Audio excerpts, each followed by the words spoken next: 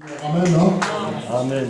Dieu se manifeste et il parle. Et quand tu parles, prends la parole. Identifie-toi à la parole. Une parole peut sortir pour une personne, mais il y a plusieurs personnes qui sont concernées.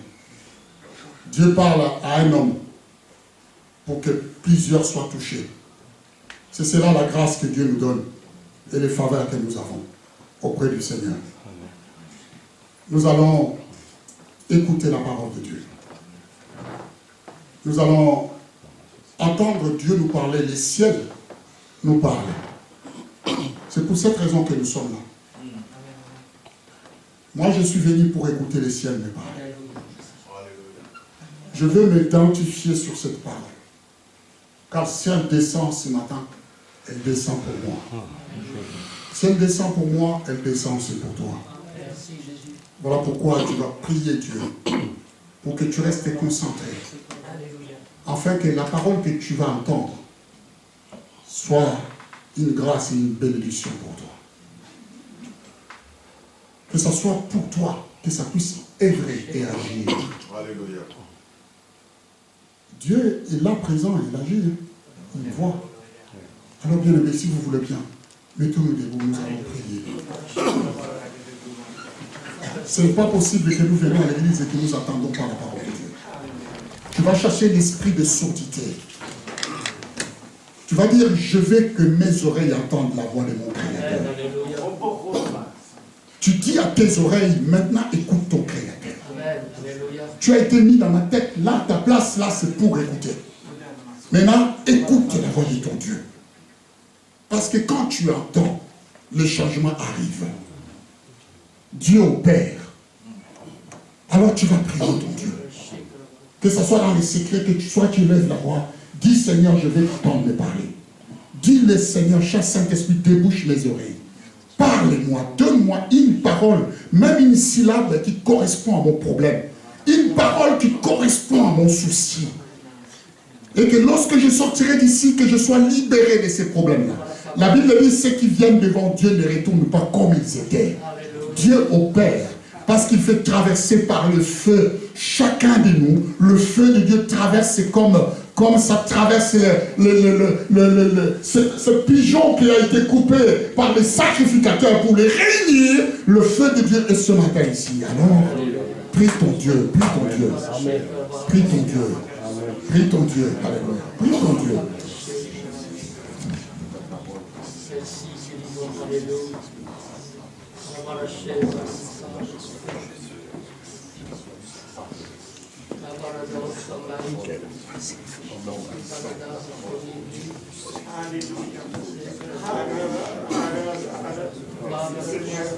Alléluia.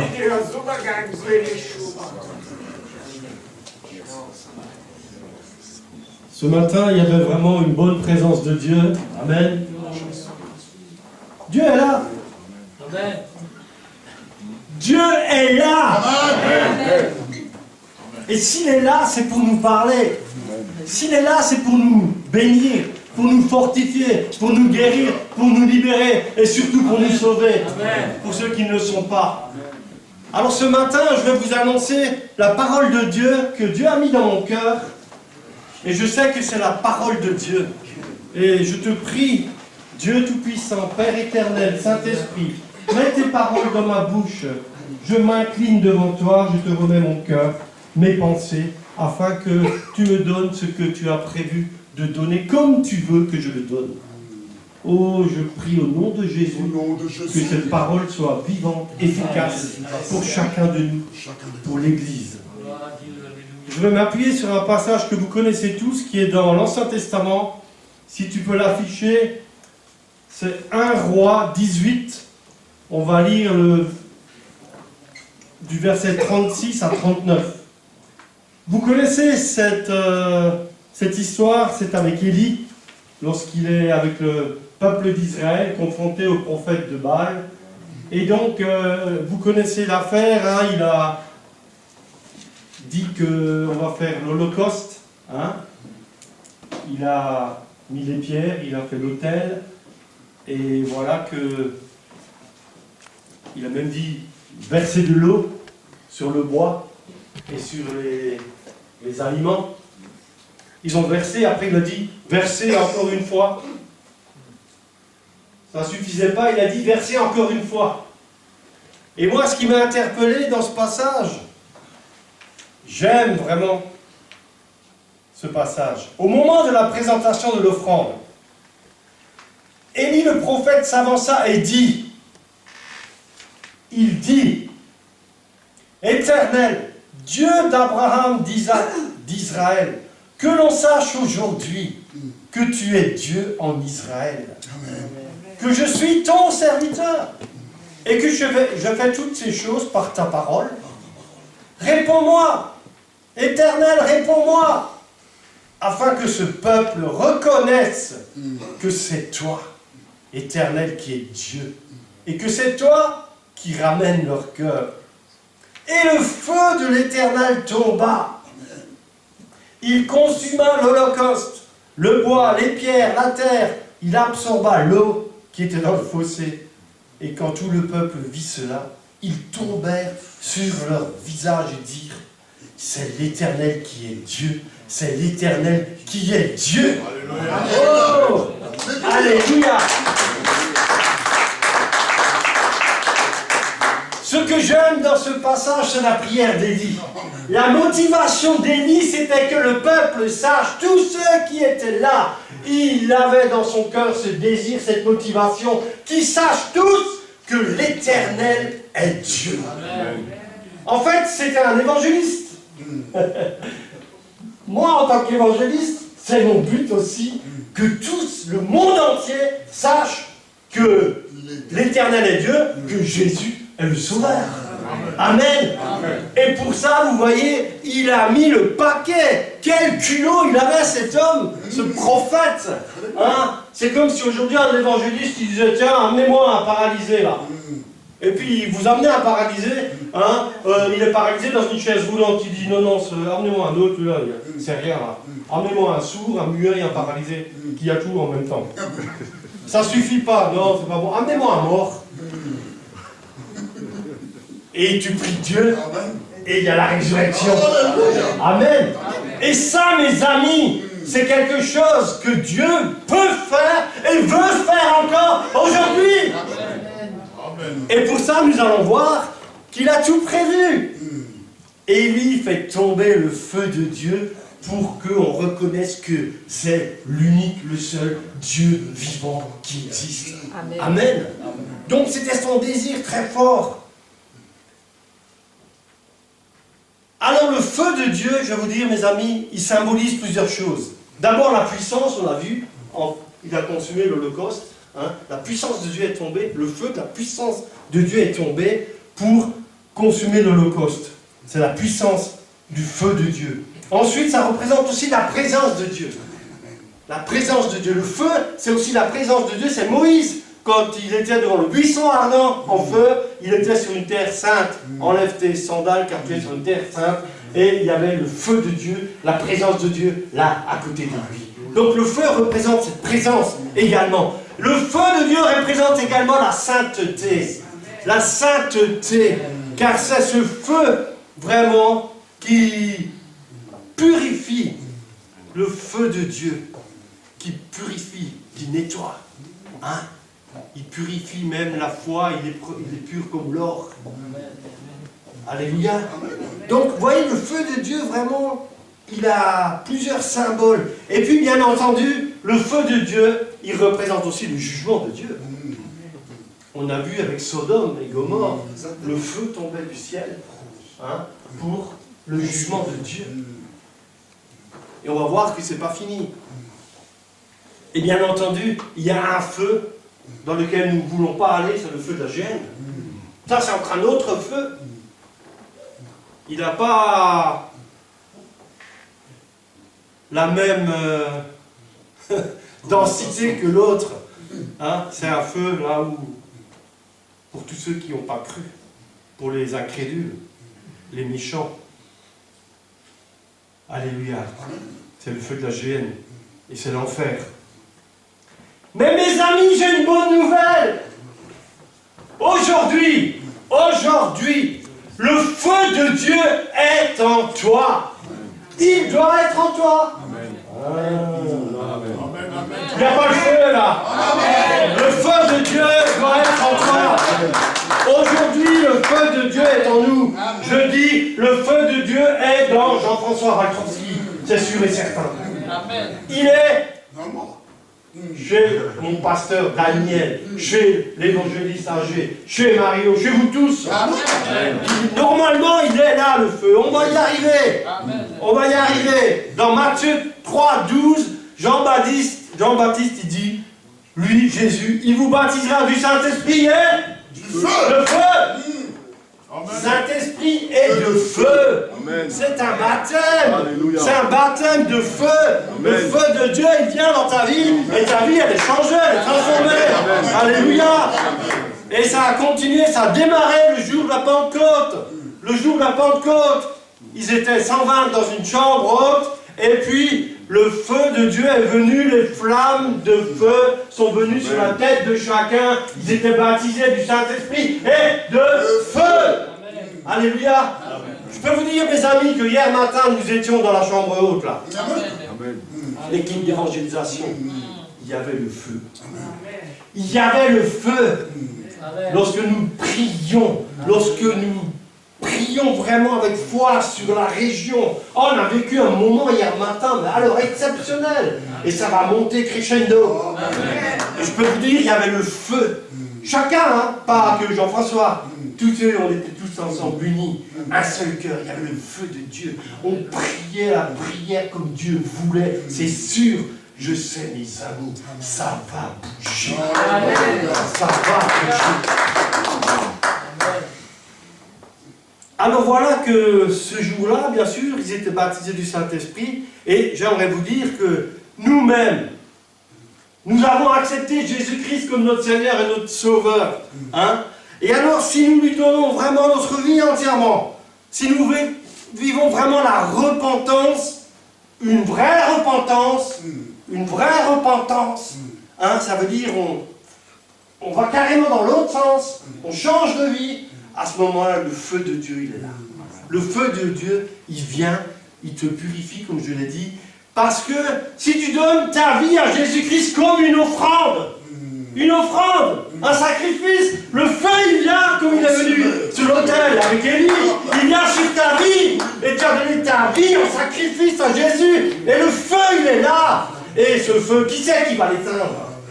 Qui c'est qui va l'éteindre? Qui c'est qui peut l'éteindre? Toi seul. Toi seul. Donc si nous acceptons vraiment Jésus, alors on est purifié. Vous savez, Élie, il a versé de l'eau. Hein? Moi, je versais des larmes. Le jour de ma repentance, j'ai versé des larmes. Oh, des larmes et des larmes. Mais le feu de Dieu est venu. Et c'est à partir de ce jour que j'ai ressenti cette chaleur en moi, je brûlais vraiment et j'ai toujours envie de brûler pour Jésus. Hein? C'est vraiment... Dieu, s'il nous donne ce feu, c'est une raison. Exactement. Hein? Il veut qu'on soit bouillant. Les tièdes, il les vomira de sa bouche. Il vaut même mieux être froid. Mais Dieu aime les bouillants. Car quand tu es bouillant, tu es violent. Ce sont les violents qui s'emparent du royaume des cieux. Et donc, mes amis, moi, ce feu, il m'a poussé à changer ma vie, il a embrasé mon cœur. Et il a dû embraser ton cœur aussi, ton âme, ton esprit.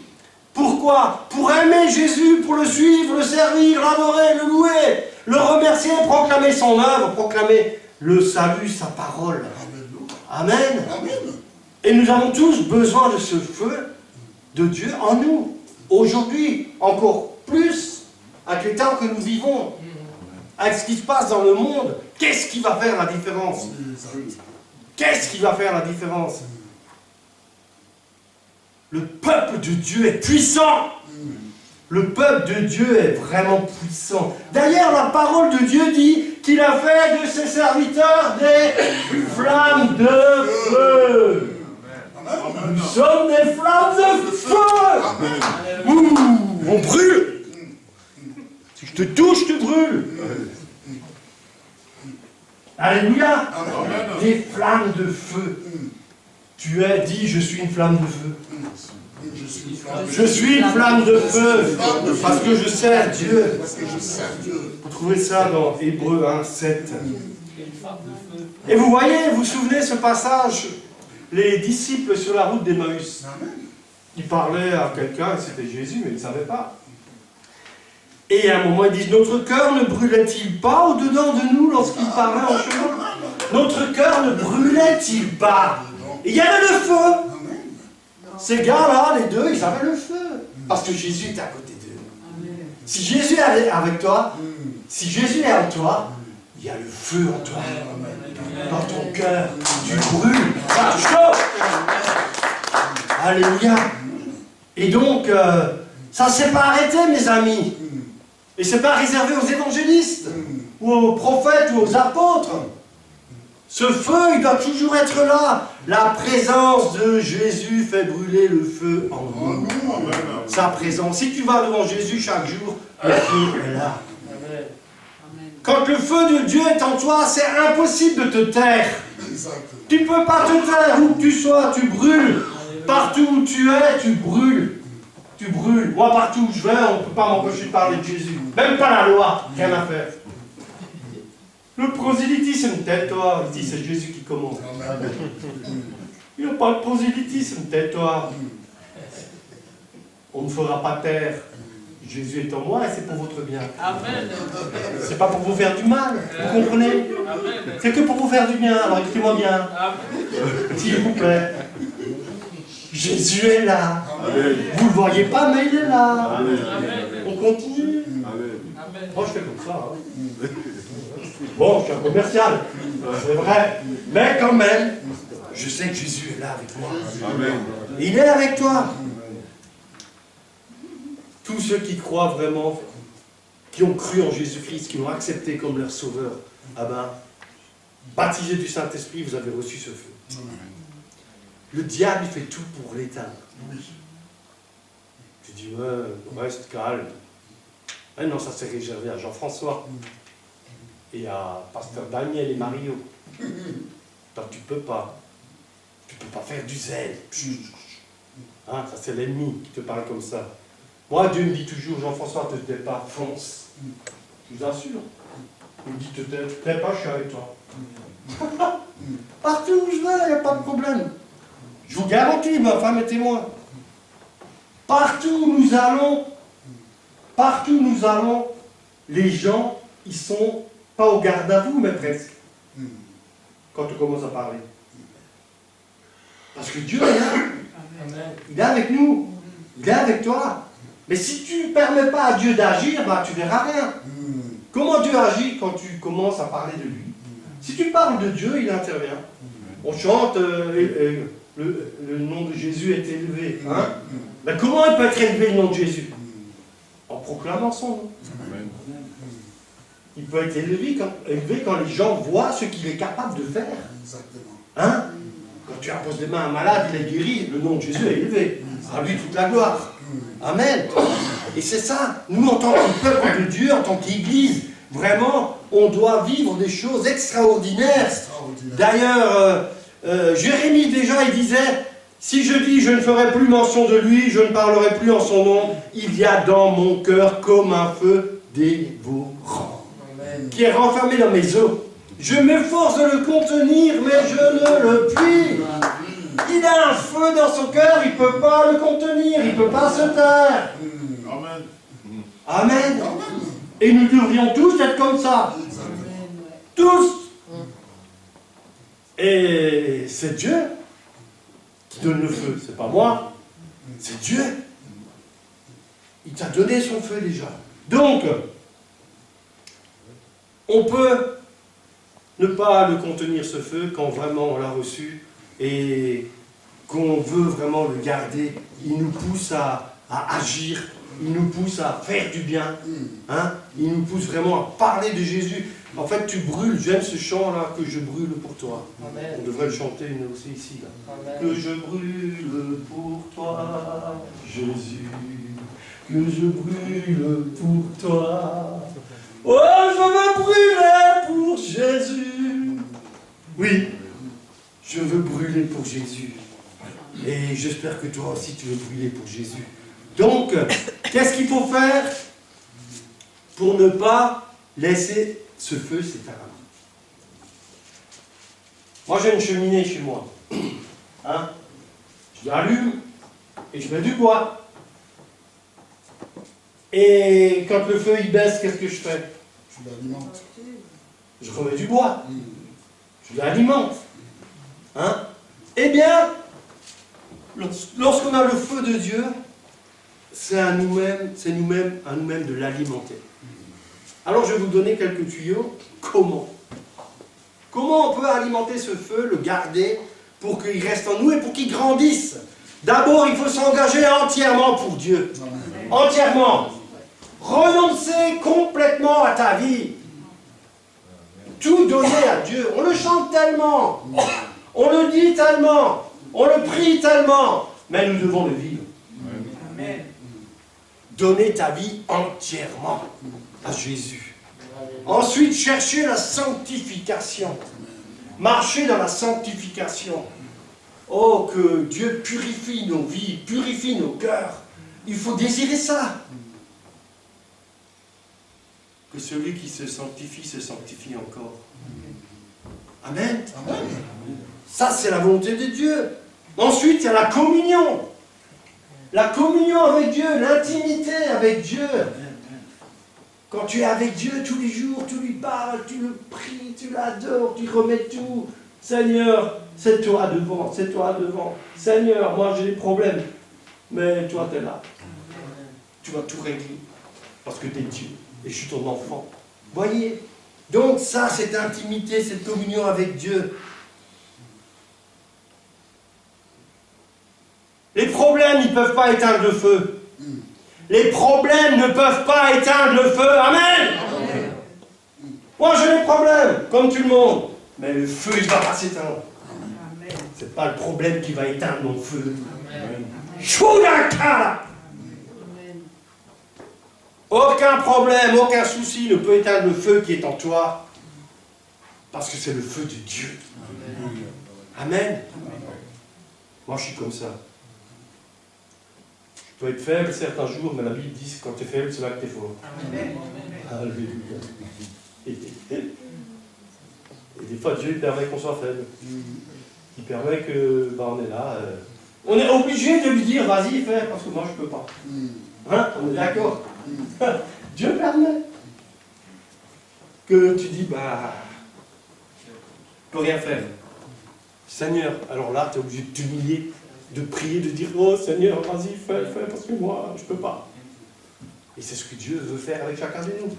Il veut nous amener à ce stade où vraiment on veut complètement dépendre de lui et qu'on brûle alors, vraiment.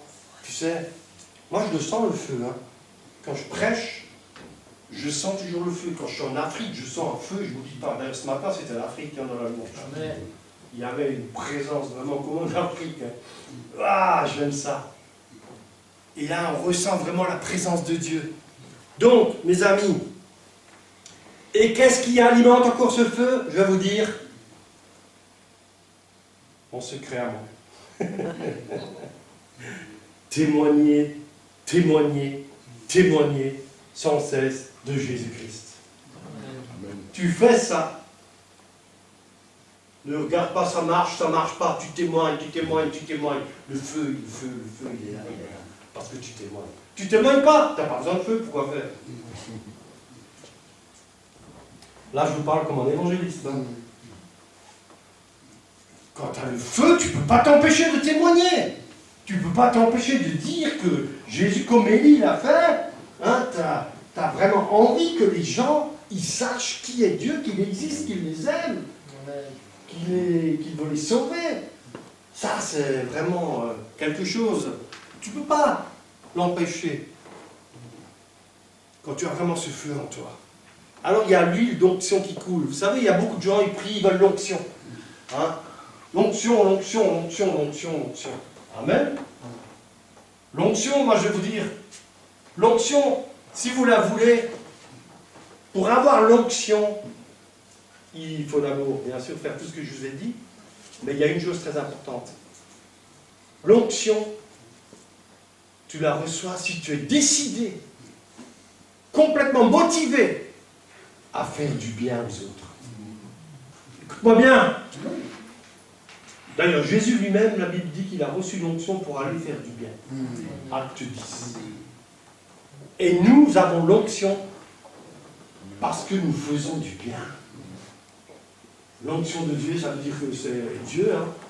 Tu pries avec quelqu'un, tchac, Dieu il agit. Parce que dans ton cœur, tu veux vraiment lui faire du bien. Tu ne juges pas les gens. Tu n'as pas de médisance. Tu n'as pas de critique. Tu veux faire que du bien. Tu bénis, tu aimes, tu pardonnes. Il n'y a rien qui peut t'atteindre. Parce que toi, ton amour est supérieur. Alléluia. Et c'est l'amour de Dieu qui est en toi. Hein? L'amour de Dieu est répandu dans nos cœurs par le Saint-Esprit. Quand Jésus dit « Aimez-vous les uns les autres », comme je vous ai aimé, ben c'est que c'est possible. Hein? Puisque Jésus le dit. Ah, aimer mon voisin, là, celui-là, tout ce qu'il m'a fait, ben tu peux l'aimer parce que tu as reçu l'amour de Dieu. Oui? C'est ça l'Église. L'Église entière, on devrait aimer là. Tous ils furent, on devrait les aimer là. Quand tu te rencontres dans la rue, tu vas vers les gens, tu les embrasses, je vous aime. Tu ne fais pas ça à une femme parce que tu risques de te faire casser la figure par son mari. Mais tu vois ce que je veux dire. Amen. Non mais vous voyez, c'est une image, mais est-ce qu'on aime les gens? Je pose la question. Est-ce que tu aimes les gens d'Ifurt et d'à côté? Malgré ce qu'ils font, ce qu'ils ont fait, qui ils sont, ce qu'ils ont dit, ce qu'ils pensent, est-ce que tu les aimes? Dieu les aime. Est-ce que tu aimes mieux que Dieu? Dieu les aime, donc tu dois les aimer. Et tu as reçu assez de provisions d'amour pour les aimer. C'est pourquoi nous allons bouger. Hein. On va y aller là. Quand on sera prêt, on va aller embrasser les gens. Leur montrer combien Dieu est bon. Et combien Dieu est puissant pour leur faire du bien. Amen. Ah, moi je rêve de ça. En ce moment, c'est ce que j'ai là dans mes tripes. Donc, vous voyez, quand vous témoignez vraiment, Jésus est là, le Saint-Esprit est là. Et alors, ça active le feu, forcément.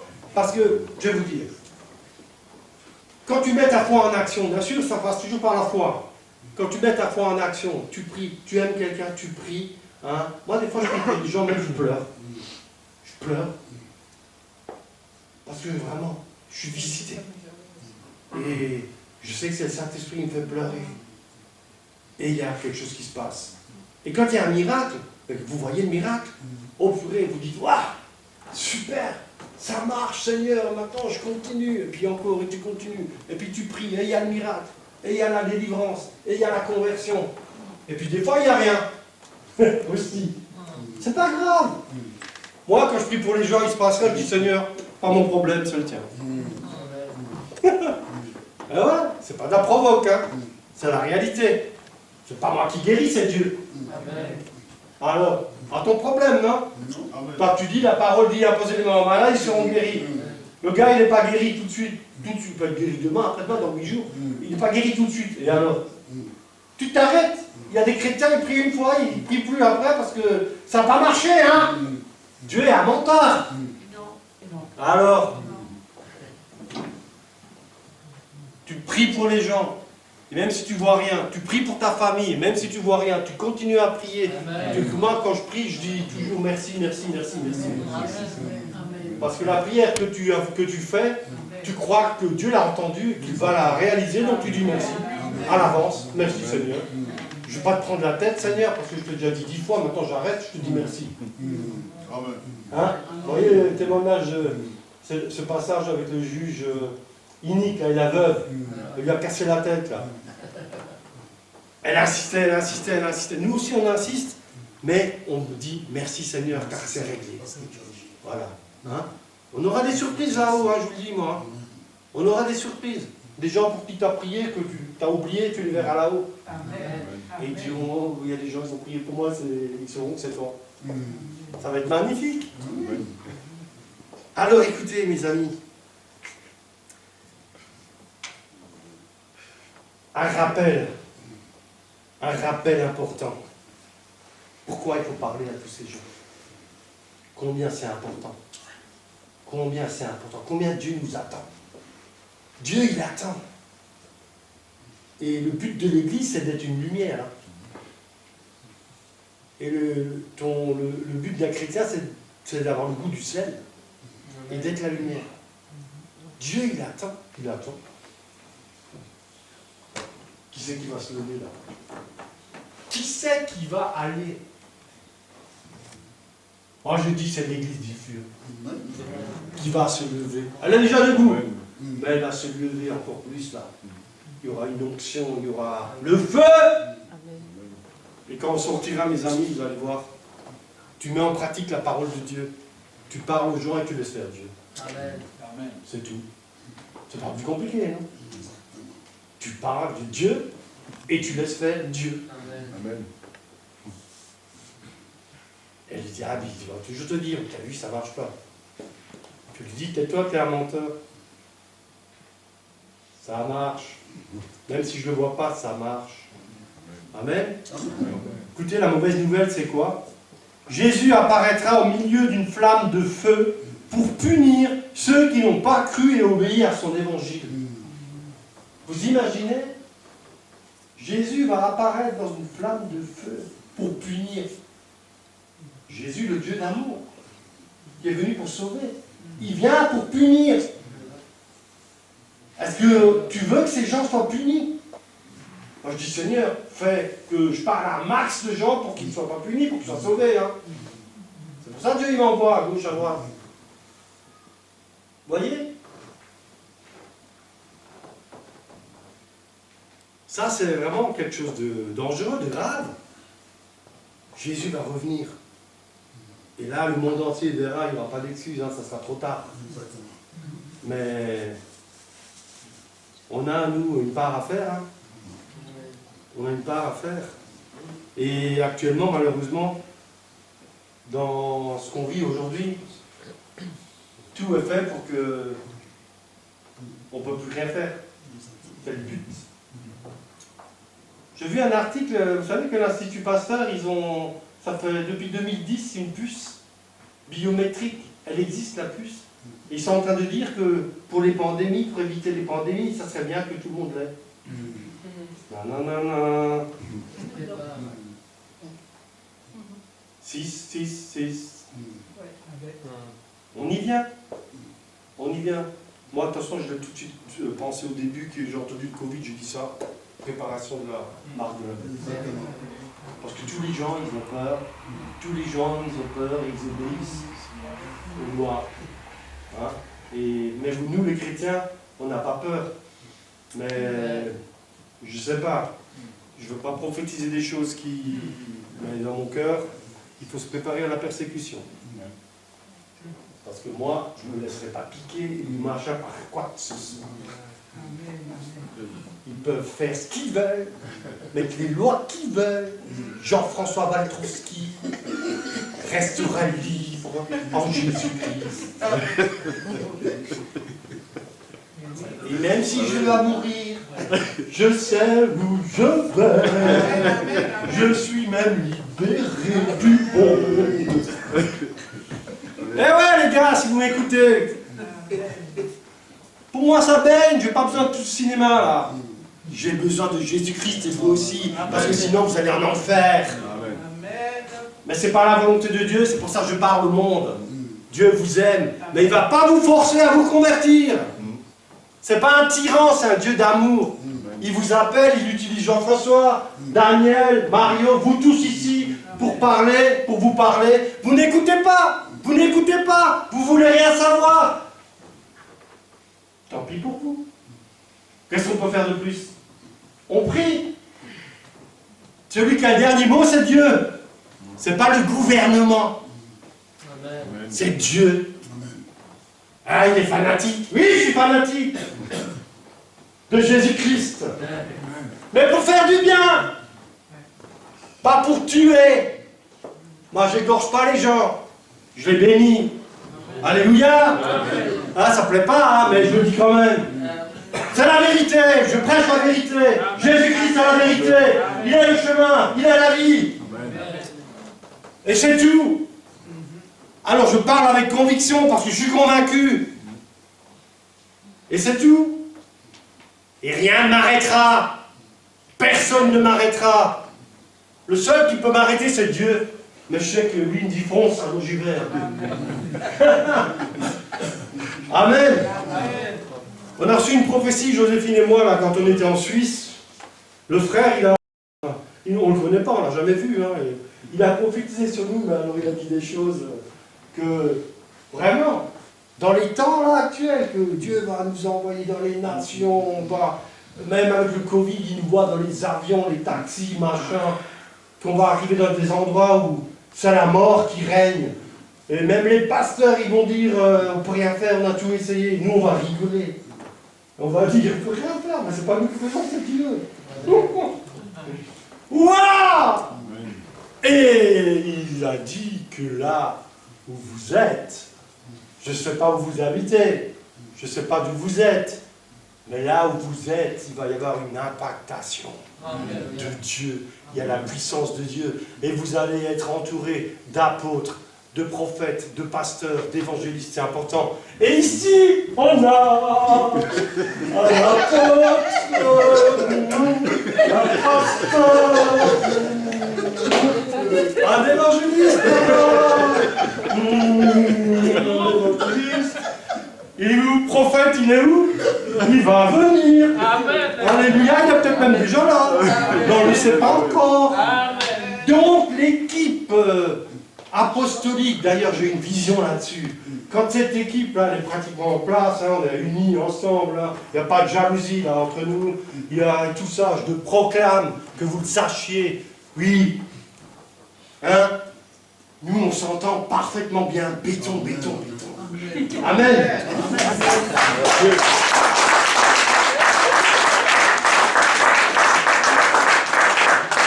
C'est grâce à Jésus-Christ. C'est grâce au Saint-Esprit. On se soumet à l'Esprit de Dieu qui nous unit, nous a donné assez d'amour pour être ensemble. Moi, quand j'ai vu le frère la première fois, il y a des années, je n'étais pas ici, évidemment encore. Mais quand je l'ai vu la première fois, feeling, tout de suite. Et après, je ne l'ai pas revu pendant des années. Et aujourd'hui, je suis ici. Je t'aime.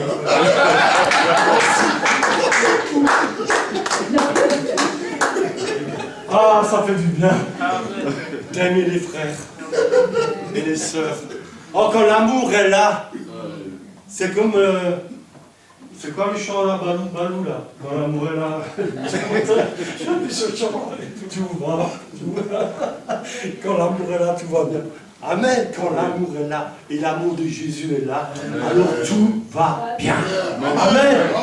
Alléluia. Alors mes amis, je vais faire, pour terminer, hein, vous savez, moi je ne prêche pas très longtemps. Mais ce que j'ai à dire, je le dis. Ce que je veux dire, mes amis, avant que Jésus ne revienne, pour ceux qui n'ont pas encore accepté Jésus-Christ, s'il vous plaît, repentez-vous. Repentez-vous. Donnez votre vie à Jésus-Christ. Laissez-vous changer. Acceptez que vous êtes pécheur et que Dieu vous pardonne vos péchés. Mais reconnaissez-le que vous êtes pécheur. Demandez pardon à Dieu. Et alors, vous allez voir, votre vie, elle va changer. Elle va changer. Et vous allez être heureux. Le vrai bonheur, il est en Jésus-Christ. Parce que quand on est en Jésus-Christ, même quand ça ne va pas, ça va. Même quand il y a des problèmes, ça va quand même. Vous voyez?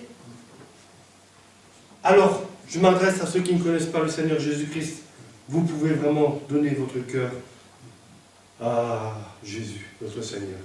Ça, c'est la première chose pour la conversion. Ensuite, si vous êtes là et que vous avez besoin que votre flamme soit ranimée par le Saint-Esprit, on peut prier pour que ce feu revienne. On peut prier, j'aimerais bien peut-être que ceux qui ont reçu cette parole et qui se sentent concernés. Ça ne veut pas dire que vous êtes nuls, hein, ou que vous êtes rien, mais vous savez, Jésus a dit, il n'éteint pas le mignon qui fume. Peut-être que tu n'as plus le feu, mais tu fumes encore, et le Saint-Esprit va souffler sur toi ce matin pour que tu aies rallumé, pour que tu rallumes le feu qui est en toi. Donc, s'il y a des personnes concernées, vous pouvez vous avancer, et avec les serviteurs de Dieu, on va prier avec vous. Amen. Hein? Et vraiment, frères et sœurs, croyez-le, le Saint-Esprit est là. Jésus est là, et c'est lui qui va faire. C'est lui qui va faire, c'est lui qui va vous visiter, mais c'est vous qui devez être d'accord. Amen. Frères et sœurs, vraiment, les temps vont être de plus en plus difficiles. Et il faut qu'on soit fort. Il faut qu'on soit allumé. Hein? Allumé. Pas désallumé, comme ils disent dans le monde. Allumé par le feu du Saint-Esprit. Amen. Alors, si quelqu'un veut s'avancer ici, n'aie pas honte, n'aie pas peur, je fais un appel.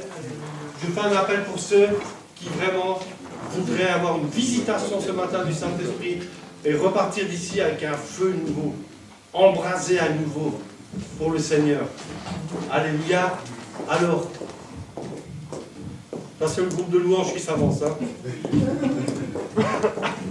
Amen.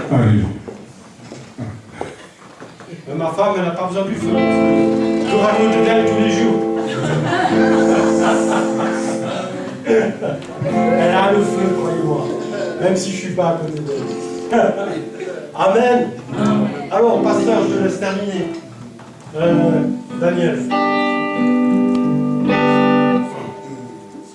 Quand tu descends, oui, tout s'arrête.